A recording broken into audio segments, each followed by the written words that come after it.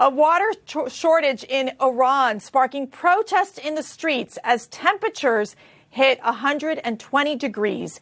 At least 8 people were killed by local law enforcement after firing on protesters to stop the demonstrations. Now, there is a call from the mainstream media to speak up on this issue. Joining us now to discuss is Executive Director of the Iranian Americans for Liberty, Bryan Leib. Good morning, Bryan. Hi, Mercedes. Good morning. How are you? Wonderful. I got to read your article, your most recent article on Newsmax.com, and you say silence from mainstream media on recent protests in Iran is unacceptable. Why has the mainstream media ignored this story? In the article, you talk about that during the Obama years, it became, an unspoken policy that the U.S. government will restrict itself to moot criticisms and vague references to human rights abuses in official statements and would never say or do anything publicly to criticize the regime. What changed under President Trump, and is the Biden administration just going to ignore this issue? Yeah, sadly, so far they are ignoring the issue, whether it's President Biden himself or the administration and senior leadership throughout the administration. They're turning the other cheek when it comes to the protests that are happening inside of Iran right now. Obviously, President Trump took a much different stance, a much different approach. And he was active on social media. He was active with the media. And when he talked about Iran, the media would pay attention. Unfortunately, President Biden has not said a single word about the protests that are happening right now inside of Iran, so the media is not going to cover it. And it's worth noting, Mercedes, that the protests that are happening right now, while they started in very small provinces throughout Iran with regards to water shortages and with regards to electricity outages, have grown now to the streets of Tehran, where they're chanting for death to the dictator and to stop spending money in Lebanon and in Gaza. The people of Iran want freedom. They want liberty, and they want their government to start taking care of them instead of funding proxies, terrorist proxies all throughout the world. So we know with the Biden administration, they've talked about moving back towards JCPOA and really engagement with the Iranian regime.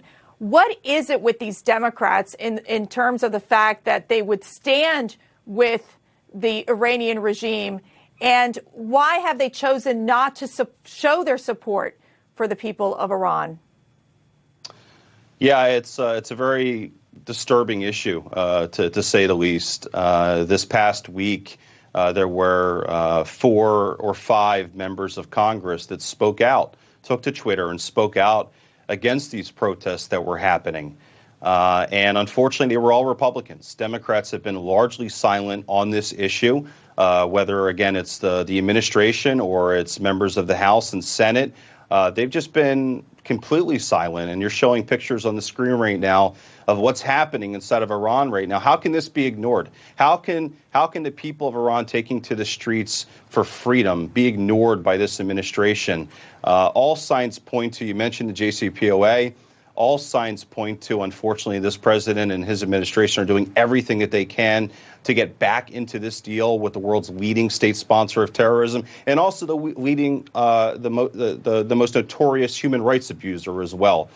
So I've been very clear, and so have a lot of other people. We've got to take a strong stance against the Iranian regime. They are not friends of ours. They are not allies of ours. They are adversaries, and that's how we need to treat them, with strength, not with weakness. One of the things you mentioned in your article was a lack of internet access that many of these protesters have. Obviously, the Iranian regime, they shut it down to the people of Iran. Does that contribute to the problem of the mainstream media not covering this? Now, I know Newsmax has been covering this issue. We've been talking about this issue, about the protest. But does that contribute to the fact of the silence coming from the mainstream media? Well, of course it does. How is the mainstream media and the American people at large going to know what's happening when the regime turns off the internet? And just for contrast, I want the American people and your viewers to think for a second. When the BLM riots were happening, what would have happened if the U.S. government turned off the internet so those riots could not be documented and shared and spread all throughout social media? No one would have known about them.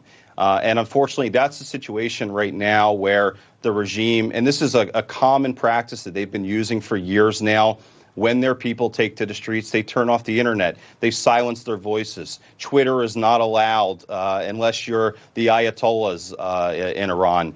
So it's a big double standard, unfortunately, that's coming out of that country. And we as Americans have to do everything that we can to raise our voices in support of the freedom-loving people of Iran. These people, there needs to be a difference between the regime and the people. The people want freedom. The regime want terrorism. So it's pretty clear. Yeah, there's no question that there is this desire for freedom across the globe. It's not just an American phenomenon, but it's a global movement. And sadly, these authoritarian regimes keep shutting down these freedom-loving people who are trying to save their countries. But thank you, Bryan Leib. I appreciate your commentary as well as that article on Newsmax.com. So coming up on